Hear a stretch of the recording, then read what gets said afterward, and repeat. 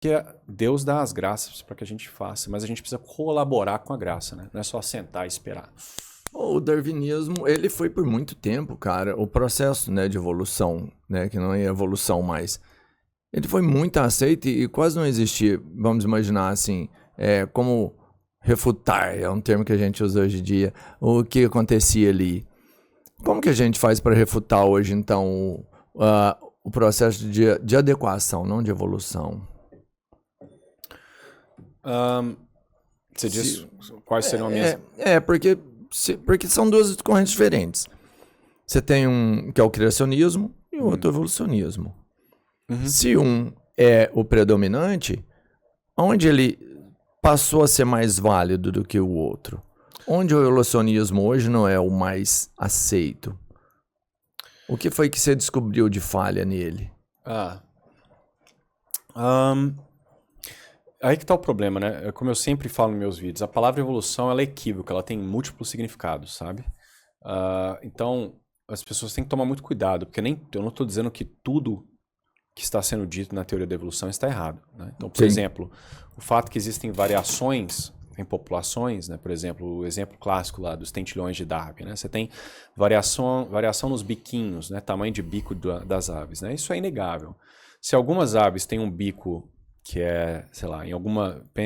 De novo com o exemplo clássico, você tem uma ilha em que as sementezinhas são mais robustas, mais espessas, e você tem uma população de tentilhões com variação no tamanho do bico, e os animaizinhos que têm os biquinhos mais fortes, maiores, conseguem quebrar essas sementes com maior frequência, e por qualquer razão aquela semente passa a ser a comida primária ali na ilha, tá?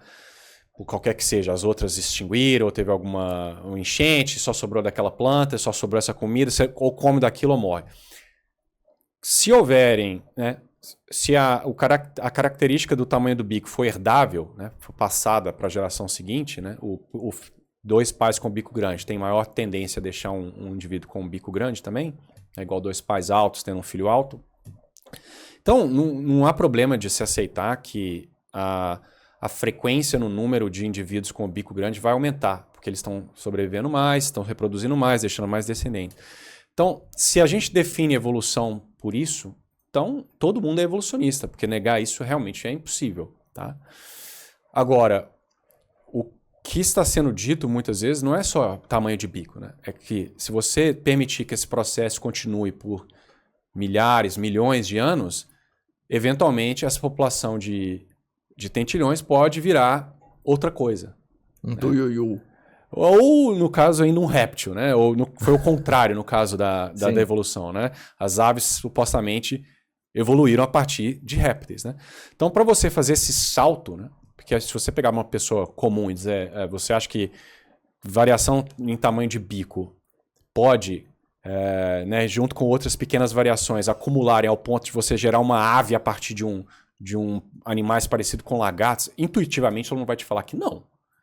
Então, para você convencer alguém de que isso é possível, você tem que me dar evidências concretas de que as causas ali evolucionistas são capazes de produzir esse tipo de transformação.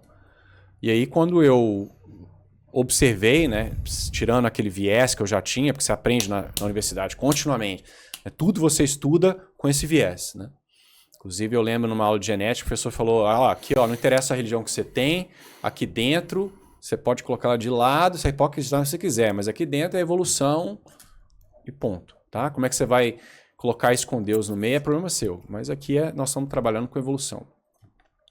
Mas na hora que você, será que é isso mesmo, né? Porque você nunca pensa, né? Se você é constantemente martelado que aquilo ali é fato, aí que você dá um passo para trás e dá uma olhada, cadê a evidência, cara? Dessa gradual transformação de uma coisa em outra. Não as pequenas variações em caracteres já pré-existentes, mas a transformação de um organismo em outro. Qual é a evidência disso? Aí eu não me convenceu mais. Entendeu? Aí eu falei assim, não, pera lá, isso aqui tem alguma coisa errada. Aí eu... Uma escama não vira pena. Acho que não. Não, porque padrão, tem um artigo que fala que dava, mas já, enfim, são duas estruturas com um padrão de desenvolvimento diferentes, tá? Mas aí que tá o problema, né? Pro ateu de YouTube, ele vai ver um cara que tentou explicar a evolução da pena a partir da escama, ele vai dar uma hipótese e o cara vai achar que, portanto, aquela hipótese já é uma prova. Entendeu? Ele vai te falar, mas tem um artigo tal em que o cara fala que a pena pode evoluir da escama. Logo evoluiu da escama. Não, o cara propõe uma possível caminho evolutivo pelo qual a pena evoluiu. Entendeu? Então tem que tomar muito cuidado na literatura científica. Era isso que eu não percebia. Porque tá tão ali misturado as conclusões com as premissas e tudo, né? Muitas vezes o cara não tá te dando uma demonstração. Olha, eu fiz uma manipulação genética aqui, fiz uma semi-pena aparecer aqui a partir da escama. Não, ele tá propondo coisas baseadas, às vezes, em comparação de genes, mas não uma demonstração, entendeu? Pô, deve ser assustador, né? Você estudar aquilo uma vida inteira, uma faculdade, 4 anos, depois faz um mestrado, e de repente tudo que você viu lá, você fala assim, cara, foi difícil. Não é assim.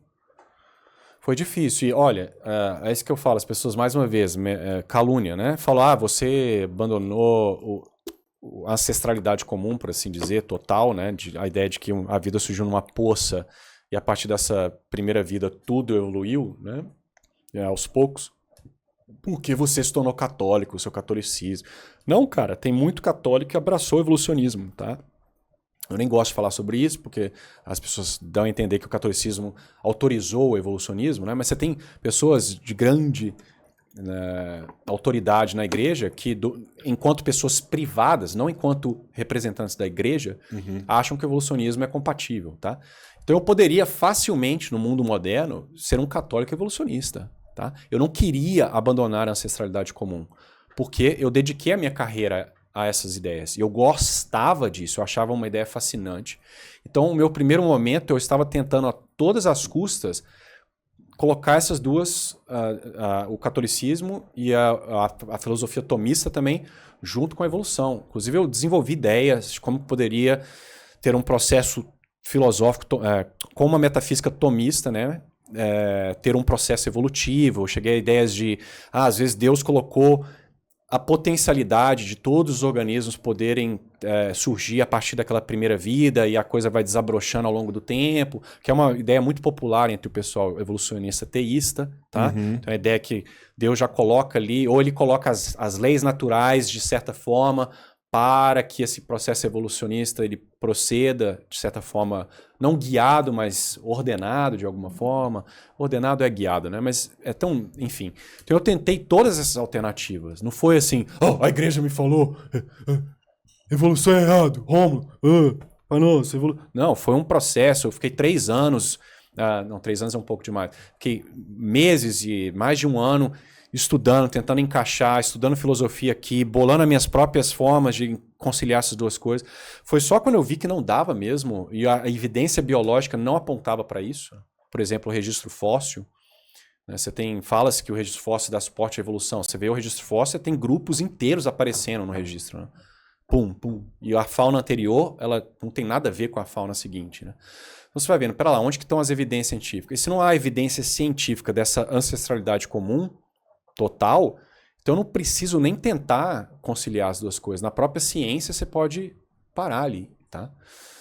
Então foi um processo, não foi... Jesus falou que eu tinha que parar de acreditar em evolução. Entendeu? Eu acho que isso virou a maior treta da internet hoje, assim, sabe? É uma treta infinita. Os evolucionistas e os criacionistas, cada um querendo provar ali seu ponto de vista de uma forma... É uma treta maior que a treta da maromba, que pra mim a treta da maromba era a maior da internet, né? Mas essa hoje ela superou total. O problema é que eu não vejo ninguém conseguir provar 100%, entendeu? Ninguém consegue provar 100%. Acho que o cristão ele não consegue virar e falar aqui pros ateus, toma aqui, tá Deus aqui, olha aqui, o que você queria. Mano. Do mesmo jeito que o evolucionista, né, não consegue virar e falar assim, tá aqui, toma a vida aqui. Olha aqui, a vida surgiu. Acabei de fazer a vida, tá vendo? Eu faço a vida pra você ver no sofrimento. Eu discordo. É porque agora eu aprendi a fazer isso. Você acha que nenhum consegue provar. Eu acho que tem hora que os dois provam que tá 100%. Sabe? O ateu vira e fala assim, eu te provo 100%. Vem aqui, senta, conversa com o cara E dependendo da pessoa, ele prova 100%. E o outro também consegue provar Chegar na 100%. origem, eu falo chegar na origem. É persuasão, né? Eu falo a prova de chegar na origem, assim, né? É o que eu penso, cara. Olha, eu acho que... Uma aguinha aqui pra você. Obrigado. Eu acho que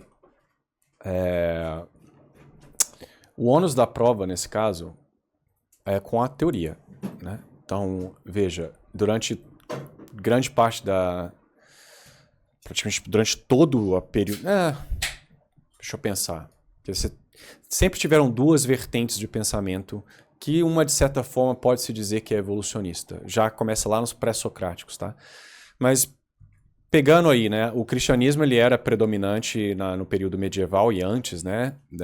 Desde lá, né, de Constantino. Então, a visão tradicional é que Deus é o criador das coisas. E é o que eu falei, a ideia evolucionista, ela, prima facie, né, em primeira vista, ela é extremamente contrária à razão. Né? Porque você achar que uma ave, né, que está aí, um bicho, um falcão peregrino que voa a 300 km por hora, tem uma visão extremamente potente, consegue mergulhar e pegar uma presa no meio do voo e voa com um voo mais dinâmico que uma aeronave construída por um homem. E você dizer que esse organismo surgiu por causas aleatórias e seleção natural ao longo do tempo, isso é a prima facie absurdo. Então, para você me convencer, qualquer pessoa, se você pegar até uma criança de 5 anos, se ela olhar, você perguntar para uma criança, você acha que esse animal ele é um produto de algo inteligente? Você acha que ele veio desse jeito? Ele é uma ave, ela tem um propósito, um fim, ela foi projetada dessa forma? Ou foi um processo natural, gradual, antes essas populações de aves eram répteis, a criança ou o adulto vai falar assim, não, pera lá, isso é estranho. Então cabe ao evolucionista te dar, e eu não preciso nem falar nada de criacionismo, eu falo assim, ó, eu tô neutro nessa, tá? Para mim, eu vejo aves, elas permanecem aves, eu vejo a ave se reproduzindo, ela dá a luz ela bota o ovo, né, e tem uma ave, eu vejo cavalos dando a luz a cavalos, etc. Então você tem que me convencer que cavalos, teoricamente, podem virar outra coisa. Vieram da ameba. Da ameba. Não é você não é bem que tem ameba, que provar nada. Então eu não tenho que provar nada. Não é bem ameba? Você que tem que me... Não, eles vão falar que a ameba já é algo que já está muito posterior, né? Mas era um Luca lá, né? Uma protocélula, né? Exato. A famosa protocélula aí, né? Que, de acordo com Miranda, surgiu assim, ó, facilmente, né? No quintal dele. Mas cabe o ônus da prova estar com essa galera, entendeu? E se você não me dá evidências concretas, né? Principalmente que essa galera usa o manto da ciência para te falar, não, eu estou do lado da ciência. Então eu não quero a sua imaginação, eu acho que é possível. Não, me mostra que é cabível de ocorrer. E tentilhão, biquinho de tentilhão não é argumento, não. Porque você tem que criar um novo organismo, não é? O bico já está lá, variação já está lá, sobreviveu bicho com bico maior, agora eu posso acreditar que tentilhão pode eventualmente virar outra coisa. Não é assim que funciona, tá? Você sabe, tem nas teorias que eles têm lá, você passou por essas teorias, qual foi, tipo, o último ser vivo criado, tipo, de outra, uma mutação realmente? Porque para mim eu vejo como mutação, porque, vamos pensar, evolução para mim é natural, é o que você falou, o cabeleiro tende a ficar com a moça alta também, o filho dele vai nascer alto, vamos pensar que numa situação de conflito ou de escassez, ele consegue sobreviver mais e multiplicando os genes dele, vai chegar uma época que os homens serão altos. Ou ao contrário, o pequenininho que está tendo facilidade de sobreviver, vai chegar uma época que você vai ter uma aldeia de pigmeus. Eu entendo isso. Para mim é fácil de enxergar isso. Fato é que, por exemplo, eu não vejo, por exemplo, um lugar que você tem homens altos ou pigmeus, depois de algum tempo a gente chega lá e ter, por exemplo, sei lá, ele precisava de comer alto e o pescoço dele cresceu e ficou semelhante a um homem com um pescoço enorme. Você sabe qual foi o último ser vivo criado de uma mutação? Sabe, assim, esse cara era isso aqui e virou isso. Entendendo que todos vieram dos anfíbios ali, mas uma última transformação que aconteceu. Panorama evolucionista? Qual foi o último? Ou tudo veio em um momento só, tipo assim, cresceu e foi virando um monte de coisa diferente, em um certo momento só. No paradigma evolucionista. Isso. Geralmente, no paradigma evolucionista, com Darwin, ele admite apenas mudanças graduais. Tá?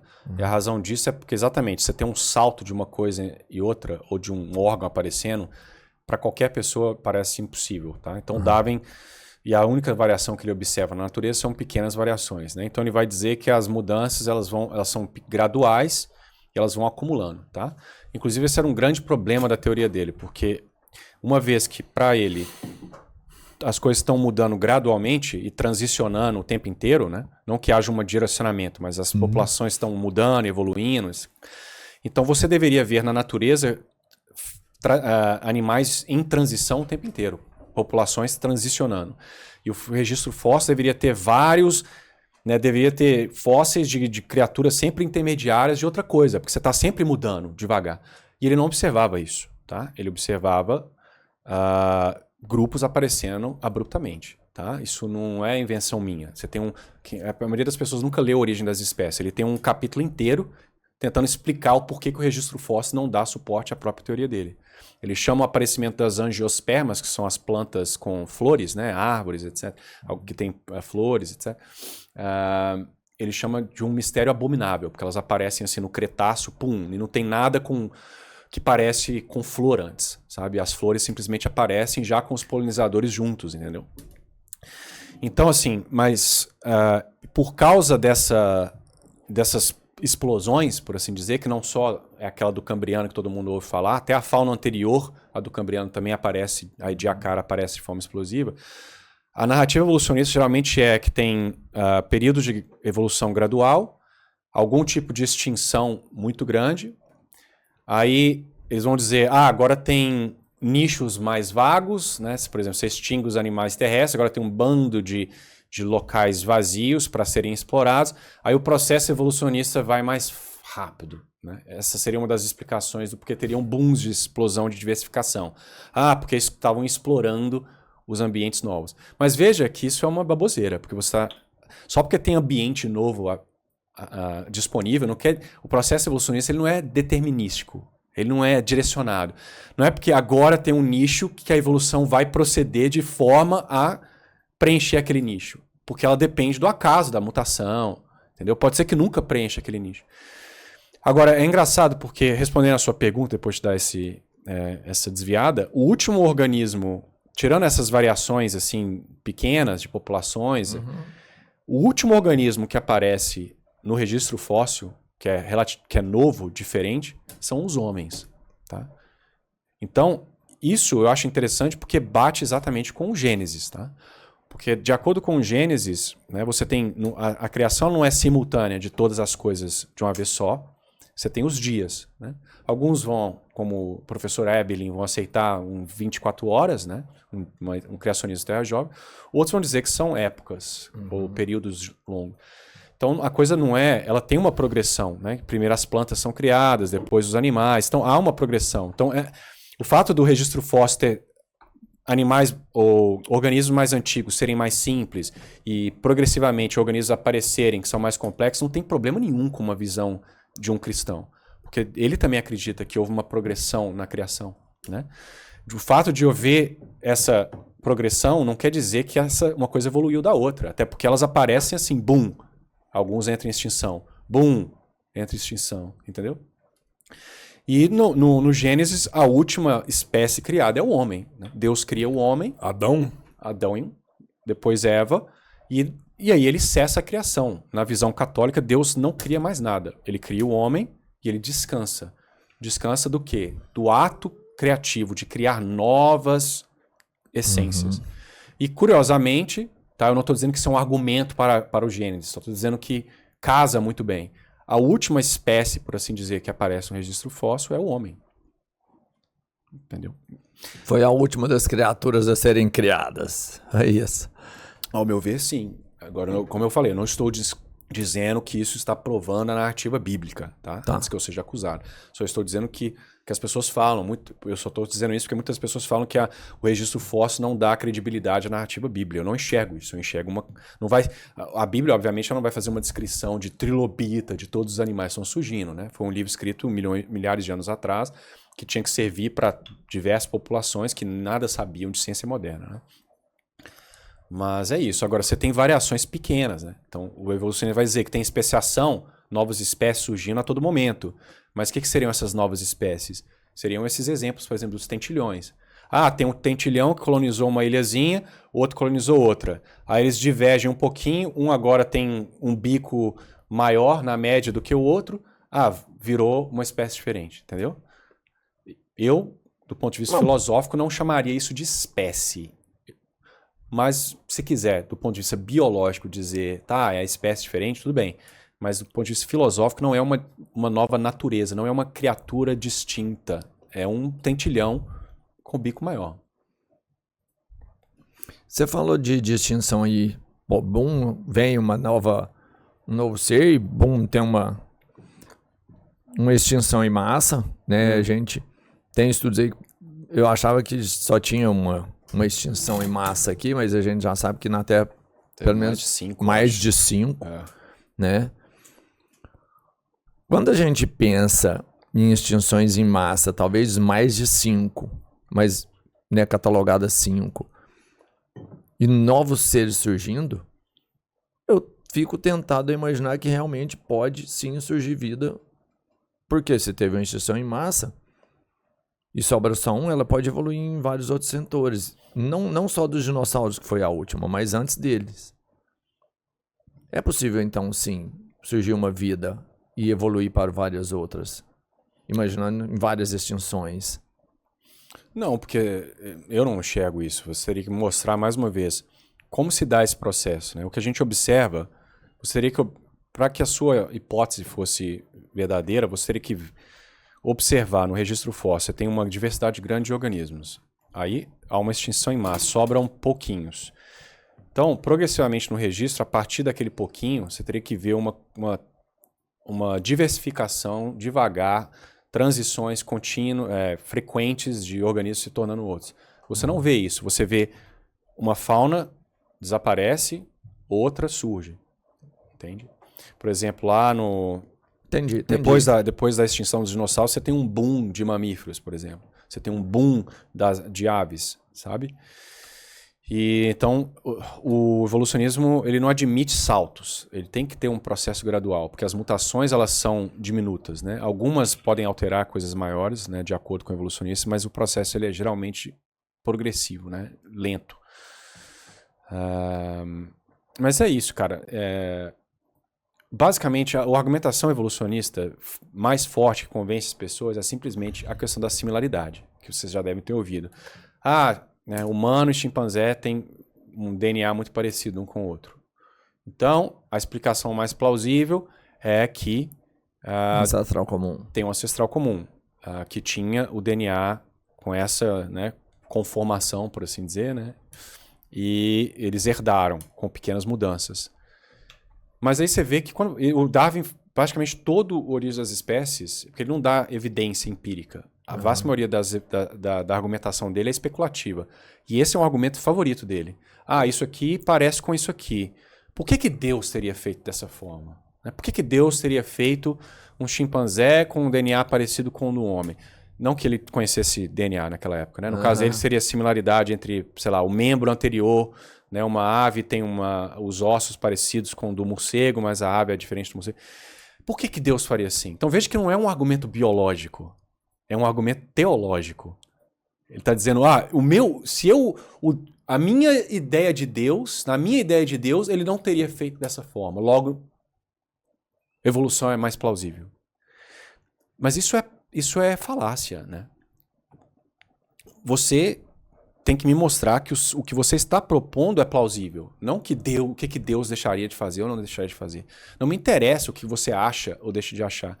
Ainda que a sua hipótese seja única, todo mundo seja ateu, ninguém acredita em Deus mais, então você não pode fazer esse argumento mais. Você tem que me mostrar como que se dá a transformação de uma população de primatas ancestral, né, que leva tanto ao homem ou chimpanzé, ou no caso das baleias, que é um exemplo clássico. Não basta você dizer, baleia é mamífero, tá lá na água. Ele parece mais com um humano do que com um peixe que vive na água. Por quê? Por que Deus seria feito dessa forma? Não, você tem que me mostrar como é que a baleia, do ponto de vista naturalista, evoluiu a partir de um animal terrestre. Me dá a causa, não é ficar especulando, é parecido, logo é a melhor explicação. Você tem que me mostrar cientificamente que é possível. Cara, falando da baleia como mamífero, eu vi um negócio da baleia que, teoricamente, ele acaba com a tese da evolução. Que ela nasce